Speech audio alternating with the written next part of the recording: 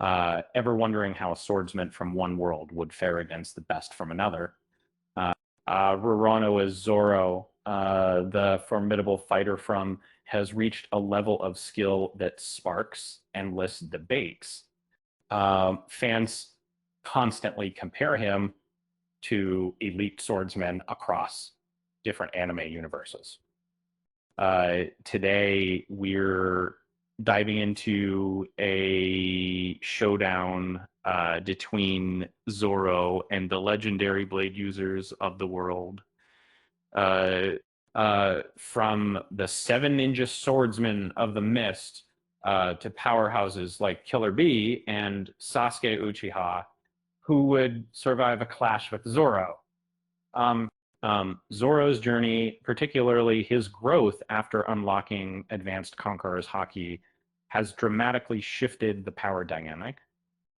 He now battles at a level that challenges many swordsmen in direct combat. Let's rank every major swordsman Zoro could defeat, considering their feats, combat style, endurance, and overall matchup. Raiga Kurasuke, with his dual blades and lightning techniques, was a threat in his time. Uh, However, he lacked the overwhelming power needed to challenge Zoro. Uh, Even pre-time skip, Zoro consistently defeated opponents capable of destroying buildings. These current Zoro, after the Wano arc, is simply too durable and physically dominant.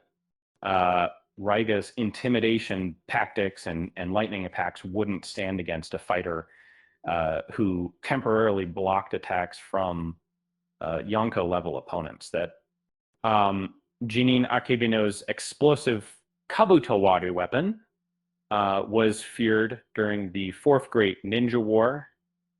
While dangerous, Zoro has faced similar explosive attacks from opponents like Mr. One and King. His armament haki would neutralize much of Janin's advantage, and his superior speed would give him the edge in close combat. Jinpachi Munashi wielded the explosive Shibuki blade, a dangerous weapon in the Fourth Great Ninja War. However, Zoro's reaction speed has reached a new level, and he repeatedly reacted to blows from a Yonko during the rooftop battle in Bic. While the explosive blade would be troublesome initially, Zoro would eventually overpower Jinpachi. Gushimaru Kuriare's new body sword allowed for a unique binding fighting style. However, Zoro's armament haki would dramatically boost his offense and defense. With haki-infused strikes, Pushinaru wouldn't be able to withstand Zoro's attacks for long. Mayuri Ringo's lightning-fast attacks made her a formidable opponent. However, Zoro has faced faster opponents in the series. After adjusting to King's pace, Zoro would eventually overwhelm Amiyuri with his relentless attacks. And Fuguki Suokazan's reputation precedes him, but his feats lack the scale of Zoro's accomplishments. Zoro scarred Kaido during the Wano raid, a feat far beyond anything Fuguki has demonstrated. Even with Samehada, Zoro's raw strength and haki output would likely prove too much.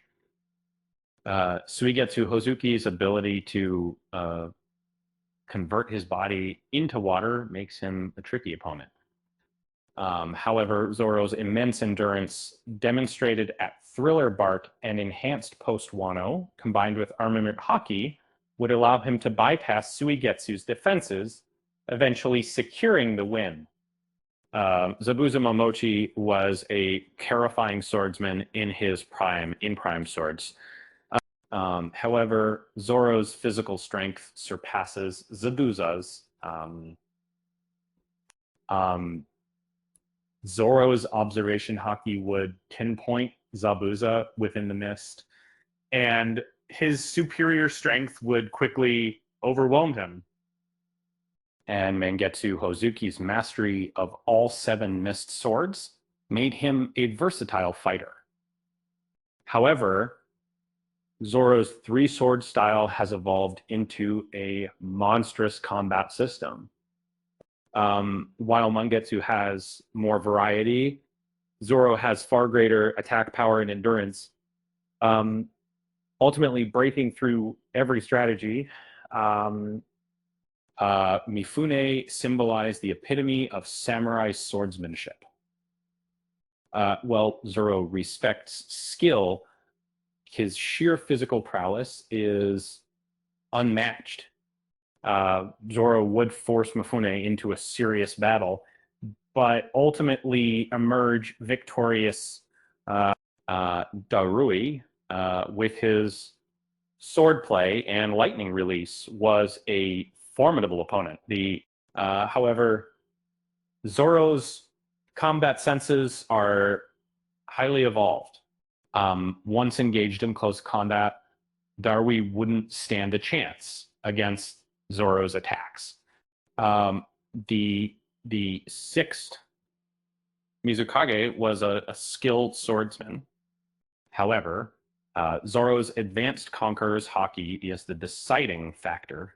The ability to coat attacks with Conqueror's haki dramatically increased Zoro's damage output, allowing him to overwhelm Chijuro Kisame Hoshigaki's monstrous chakra reserves, and Samehada made him a terrifying opponent. Zoro, however, is equally enduring. He constantly fights while heavily injured. Kisame's chakra absorption is dangerous, but haki works differently. That Zoro's advanced Conqueror's haki attacks would eventually break through Kisame's defenses. Killer B's 8-sword style is unpredictable and chaotic. This would be Zoro's hardest confirmed victory. However, Zoro's post-Wano power. He allows him to push even the most chaotic fighters to their limits. Sasuke Uchiha is a unique case. Primarily a ninja, his sword is central to his fighting style. Zoro could push Sasuke to his limits in a direct sword exchange. However, Sasuke's versatility and hacks abilities would ultimately give him the edge. So who would survive a clash with Zoro? It's clear that Zoro has reached a level of skill that challenges many of the legendary swordsmen of the world. And with that said, thanks for watching, and until next time.